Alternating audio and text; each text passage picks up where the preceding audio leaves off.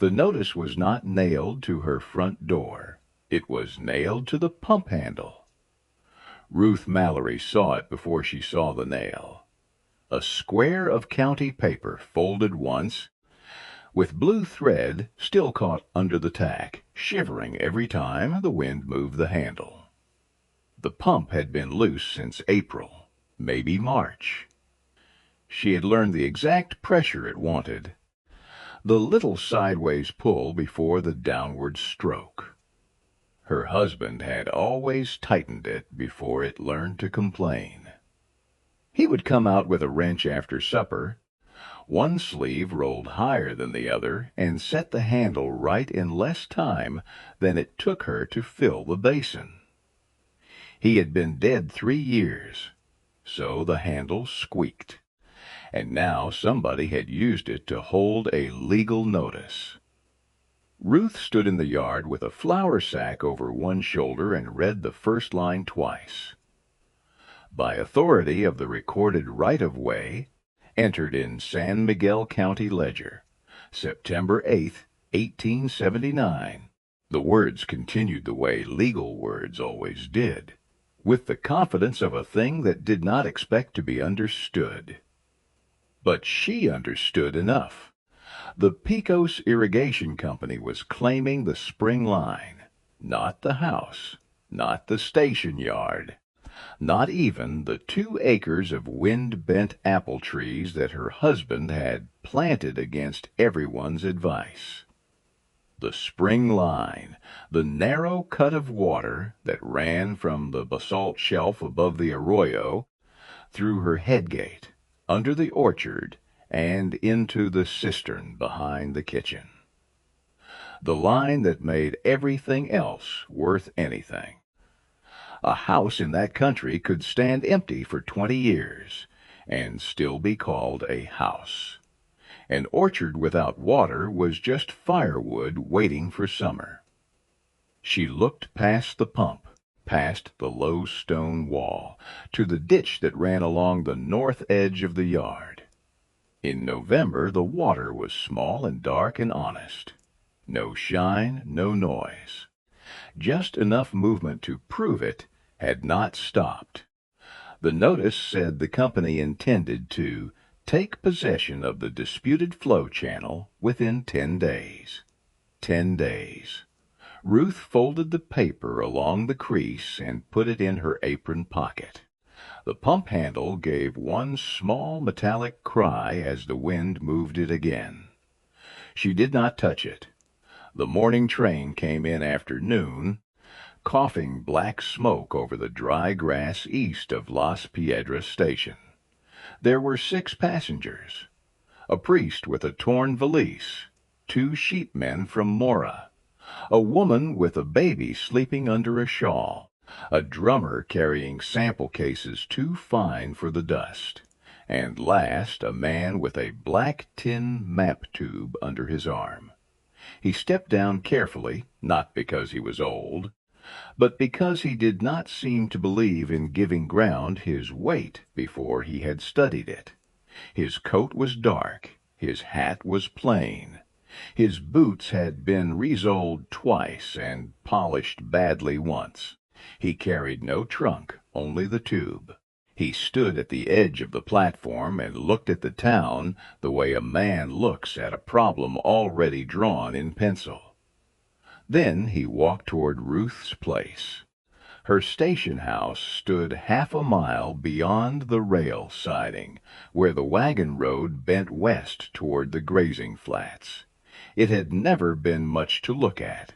Whitewashed adobe, a sagging porch roof, a kitchen that fed anyone with coin, and anyone Ruth already knew would never have it. There were 3 rooms for travelers, 4 if nobody minded the storeroom smell of onions. He knocked just as she was lifting loaves out of the oven. Ruth opened the door with a towel in one hand. "I need a room," he said, "through the end of the month, if the office holds me." "What office?" "Territorial Survey Review." Ruth's eyes moved from his face to the black tube and back again. The notice in her apron pocket seemed to gain weight. "Meals are at 6, she said. "Morning and evening. I don't hold plates. I wouldn't ask you to. $1.50 a week if you wash your own shaving water out. That's fair." She stepped aside. He entered without looking around much, which she noticed. Men who wanted to seem important inspected a room as if they were judging it. Men who were afraid of being cheated inspected it as if everything might be a trap. This man looked only at the floorboards, the hinges, the window latches, the inside edge of the door. Then the pump yard through the kitchen window. Ruth showed him the back room, the one with the plaster crack that crossed the wall like a dry riverbed. He set the map tube beside the bed, upright, braced between the wall and the leg of the washstand. Not on the floor, not across the blanket, upright, as if the papers inside had their own standing. His name was Elias Hart. That was all he offered. 32 years earlier, his father had stood above that same arroyo with a surveyor's chain stretched through his hands and a compass needle that refused to settle. The year was 1861. New Mexico was still half worried by war and half worried by everything that came after war. The road was poor. The county office at Las Vegas had more dust than clerks, and the country around Las Piedras was not yet a town, only a spring, a trail crossing, and a few stubborn people who believed water meant future. Silas Hart had been hired to mark the early water allotments before the Ditch Association could sell shares. It should have been simple. Run the line from the basalt shelf, set the headgate marker, measure south by chain, mark the flow channel, file the plat. But simple work has a way of waiting until witnesses are gone before it reveals what it really is. The first day, the compass pulled wrong, not wildly, not enough to frighten a careless man. 3 degrees, sometimes less, sometimes more, depending on where he stood near the black stone outcrop above the spring. The local ditch men laughed and said the country had opinions. Silas did not laugh. A 3-degree pull over open land was nothing to a man telling stories. It was everything to a man drawing rights. By late afternoon, he had run the line twice and distrusted both runs. On the third pass, he stopped using the compass as master and let the water and stone answer each other.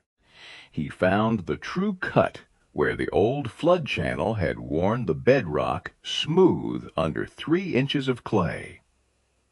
He set the headgate marker not where the preliminary sketch expected it, but 26 feet north and 7 feet west of the first stake.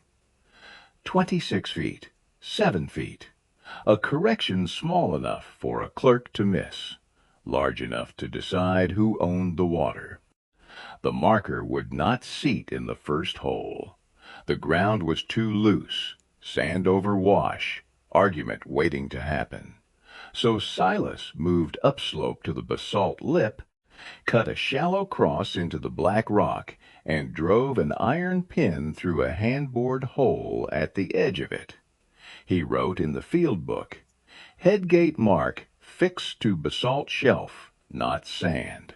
Magnetic pull near outcrop. Paper line corrected to water line. S.H. June 18, 1861. Then, below that, in smaller writing, he added a sentence no clerk had requested. The ground is older than the ledger. The field book went back into his black tin tube. The plat was filed 6 days later. The correction sat in the margin, and the country grew over it. Tracks became a siding. The siding became a town. The spring became a ditch. The ditch became an orchard, and later a kitchen, and later the only reason Ruth Mallory could keep feeding travelers after her husband stopped coming down the hall in the morning. Silas Hart never knew her name. He only knew the line was wrong, and wrong lines become cruel when rich men learn to read them. The first 3 evenings, Elias Hart ate at Ruth's table without asking questions. He came in at 6, with the black tube under his left arm, and set it beside his chair where his boot could touch it. He drank coffee without sugar. He broke bread with one hand. He listened to the other boarders speak of weather, wool prices, and a mule team that had overturned east of Anton Chico. Ruth watched him without seeming to. He had a habit of looking toward sound before he answered speech.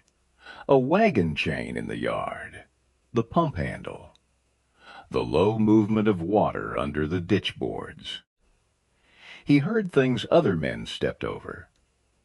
On the 4th morning, Ruth rose before dawn and went out to draw water for the kitchen. The pump handle did not squeak. She stopped with her hand half raised. The handle sat firm in its bracket. The rusted bolt had been replaced with a square-headed one, filed down at the corners, so it would clear the old casting. 2 washers, one bright, one older, held the play out of the joint. A strip of leather had been wrapped under the handle to quiet the knock. It was not new. It was not pretty. It was fixed. Ruth stood there long enough for the cold to climb through her shoes. Then she put both hands on the handle and drew one clean bucket without the metal crying once. The water came up dark and cold. She carried it inside. She did not say thank you at breakfast. Elias did not look at the pump. The Pecos Irrigation Company sent its man on a Friday. His name was Calhoun Decker, and he wore a coat too black for road dust. Not because it stayed clean, because he wanted people to see how much dust it had chosen to tolerate. He arrived with a clerk from the county office and a narrow-faced attorney who kept his hands inside his cuffs. Ruth saw them from the kitchen window. They did not come to eat. Decker waited on the porch until she opened the door. "Mrs. Mallory," he said, holding his hat against his stomach, "I thought it best to speak plainly. I prefer that." He smiled as if she had given him a small advantage. "The company does not intend to interfere with your residence. The house and station yard remain outside the action. But the watercourse was never privately held. The head gate is on my deed. The recorded index says otherwise. The deed says otherwise. The index governs the right-of-way description." Ruth looked at the clerk. He looked at the porch plank. The attorney unfolded a paper and began reading. The language had the dry patience of a shovel. Right-of-way, historic channel, company improvements, beneficial use. Abandonment claim available upon non-cooperation.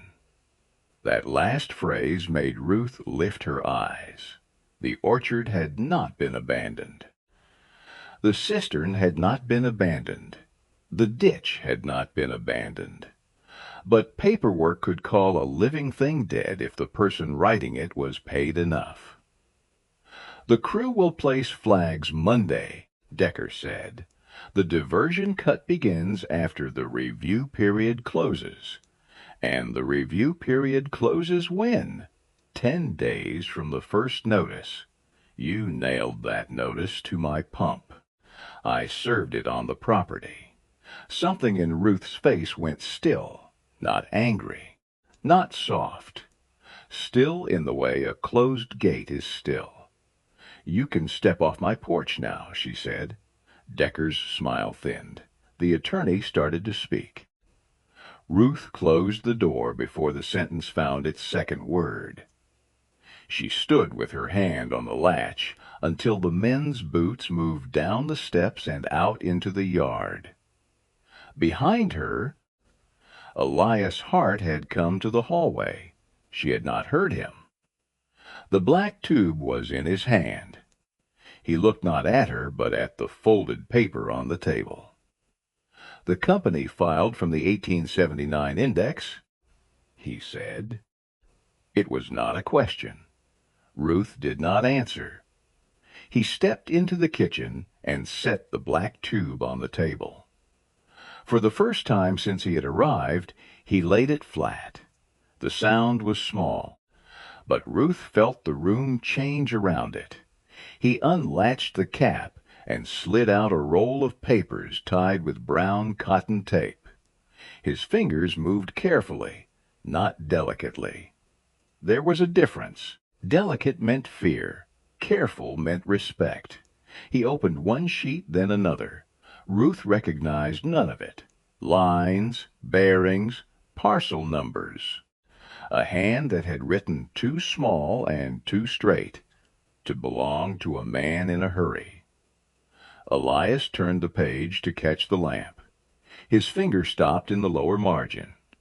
He did not touch the ink. He hovered above it. "There was a correction," he said. Ruth looked at him. "Where?" "On the original field book." "Is this it?" "No." His voice stayed even. "This is my father's reference copy." The room held that sentence longer than either of them did. Ruth looked at the black tube. "Your father surveyed this place?" "He surveyed the water allotments before there was a place." "When?" 1861. The orchard outside was dark. The pump was quiet. The ditch moved under its boards with a patience no man in a black coat could hurry. Elias tapped the margin once. The official plat copied the line. But if the correction stayed only in the field book, and the county built the 1879 index from the copied plat, then Decker's deed may be using the wrong run. Maybe. I need the original. Where is it? County Archive. Maybe Santa Fe, maybe gone. Ruth laughed once, but there was no humor in it. That is a large maybe. Elias rolled the papers back into the tube. Yes, he said, it is. He left before daylight. Ruth heard the back door open. Then the pump handle move once. Not for water, a test. The handle did not squeak. Then horse tack. Then nothing. By breakfast, his chair was empty. By noon, Decker's flags were visible on the north edge of the orchard. 3 red strips tied to wire stakes. Not in the ditch. Across it. As if the water had already changed sides.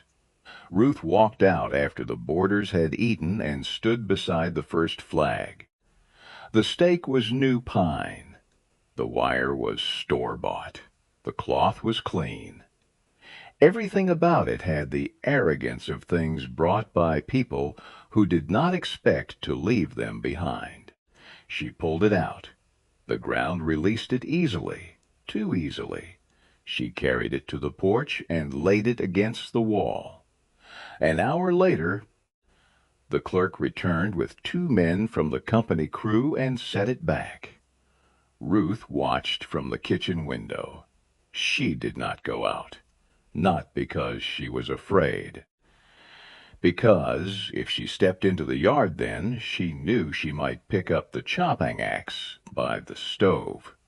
And a woman could be right and still lose everything by choosing the wrong proof. So she stayed inside. She made stew. She scrubbed pans. She folded sheets. She took in the schoolmistress's mending and stitched one sleeve so tightly that she had to cut it out and begin again.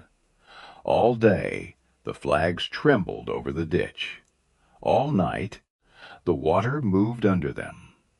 Elias did not return the next day, or the next. On the third evening wind came hard out of the north, and frost settled before full dark. Ruth wrapped her shawl around her shoulders and walked the ditch line with a lantern. The first board crossing had lifted at one end. She knelt and pressed it down. Her hands went cold through the wood. The orchard made small sounds around her, branches touching branches, dry leaves caught in low grass, water under ice, thin enough to break with a thumb. She stopped at the basalt shelf above the spring. Most people did not come up there. There was no path worth calling a path. Only black stone, scrub, and the narrow place where the water surfaced, clear before it dropped into the ditch box. Ruth held the lantern low. The rock looked like any other rock at first. Then the light caught a scar, a shallow cross, cut into the basalt so long ago that the edges had softened.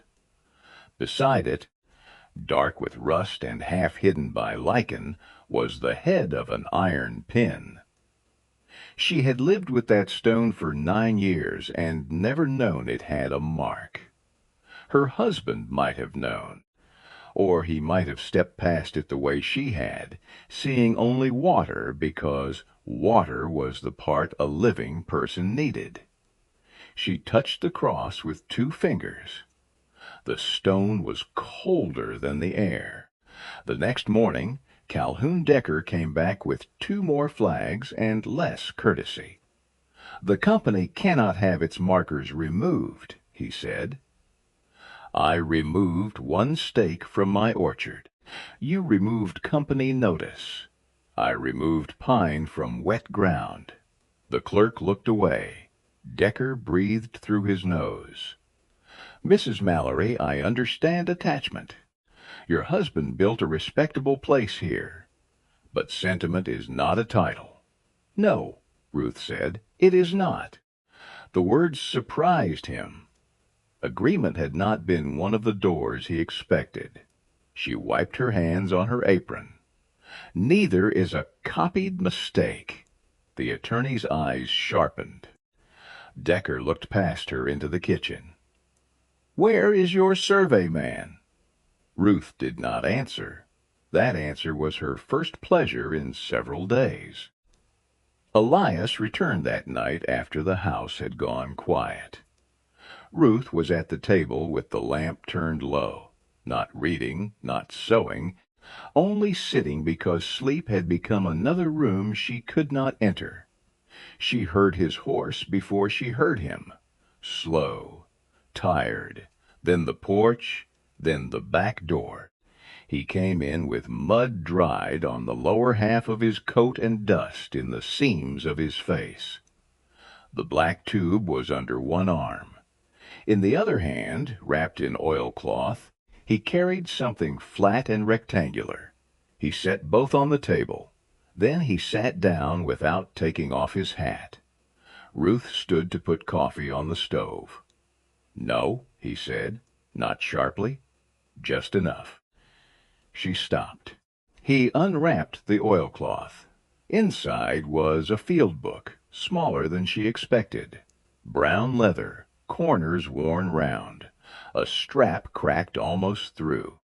The pages had swelled from years of air that was never fully dry and never fully kind. Elias opened it near the middle. He turned pages with 2 fingers. Then he rotated the book toward her. The writing was his father's. The same small hand from the reference copy, but rougher here, alive with field marks and weather. Ruth read slowly. "Headgate mark fixed to basalt shelf, not sand. Magnetic pull near outcrop. Paper line corrected to water line. S.H. June 18th, 1861.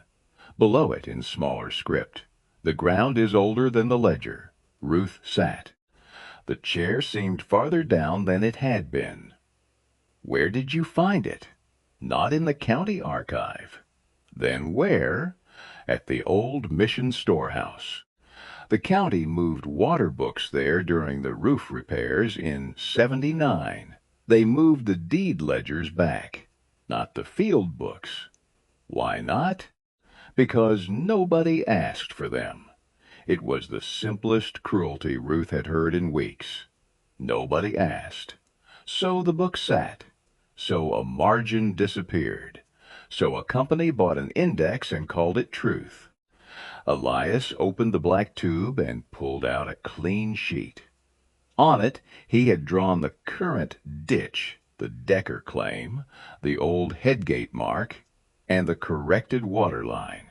He had also drawn the basalt shelf, the cross, the pin.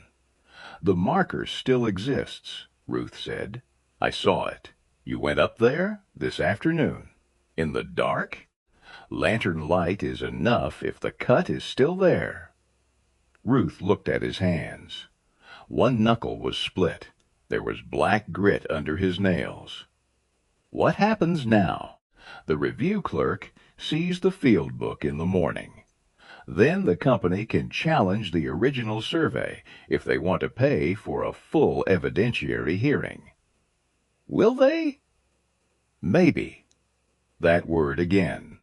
But this time it did not weigh as much. Elias closed the field book. My father made the correction. But the book alone may not be enough if the company claims the mark was moved later. It was not. I know. How? He looked at the lamp flame for a moment. The iron pin is hand-forged, square in section, not mill round. The hole was cut with a spoon bit. Nobody doing fraud in 1893 would choose more work than the truth required. Ruth did not smile, but the room felt, for 1 second, less cold. The next morning they went together. Not to a courtroom. Las Piedras did not have a courtroom worth the name. They went to the county annex, a low adobe building behind the telegraph office, where documents were kept in cabinets that swelled in rain and stuck in summer. Decker was already there. So was his attorney. So was the clerk who had been avoiding Ruth's eyes for a week. Elias carried the black tube. Ruth carried nothing. She had thought about carrying the field book herself. Then she had understood something and left it in Elias's hands. Not because it was his. Because every room has a language, and in that room a woman with empty hands looked easier to underestimate. The review clerk was an old man named Baca, who wore spectacles tied with thread and had the complexion of someone who had spent his life breathing paper. He looked at Elias's credentials, then at Decker's deed, then at Ruth. This is a waterline dispute, Baca said. It is a recorded right-of-way correction. Elias answered. Decker's attorney said. The company's acquisition follows the 1879 County Index. Elias opened the field book. That index omitted marginal corrections from the original water allotment survey. It copied the official plat, the attorney said. It copied an incomplete transcription. Decker gave a short laugh. You rode 3 days to find a notebook and expect to move a company line with it. Elias did not look at him. He turned the field book so Baca could read. Then he laid the reference copy beside it. Then the current plat, then his own overlay. One paper after another. No speech for any of it. Just the quiet confidence of proof that does not need to raise its voice. Baca leaned over the pages. The room narrowed. Outside a wagon passed. A mule snorted. Somewhere in the telegraph office a key clicked like a small insect trapped in brass. Baca tapped the field book. This says magnetic pull. Yes. Near the basalt outcrop. Yes. And the headgate mark? Still there. The attorney said, an alleged mark. Elias reached into his coat and placed a rubbing on the table. Charcoal on thin paper. A cross mark. The shape of the iron pin. The rough edge of stone around it. Baca lifted it. Ruth saw Decker's face change. Not much, but enough. It was the look of a man who had expected paper to fight paper and found stones standing behind one of them. Elias said, the company line depends on the uncorrected run. The original survey corrected the run to the physical headgate. The existing marker matches the field note. The ditch follows that marker. Mrs. Mallory's deed follows the ditch. Baca sat back. The attorney spoke quickly now. The company reserves the right to contest chain of custody, transcription reliability, and the company may reserve anything it likes, Baca said. But the diversion permit will not issue on this record. Decker's hand closed once, then opened. Ruth looked at the table. Not at him. She wanted to feel triumph, and found that triumph was too loud a thing for the room. What she felt instead was a loosening. Somewhere inside her, a brace she had kept tightened for 3 years gave way by a fraction. Not collapse. Release. Baca wrote the decision in 3 lines. Temporary diversion denied pending correction of county index. Original field book to be entered as controlling survey reference. Existing headgate marker to govern waterline description. 3 lines.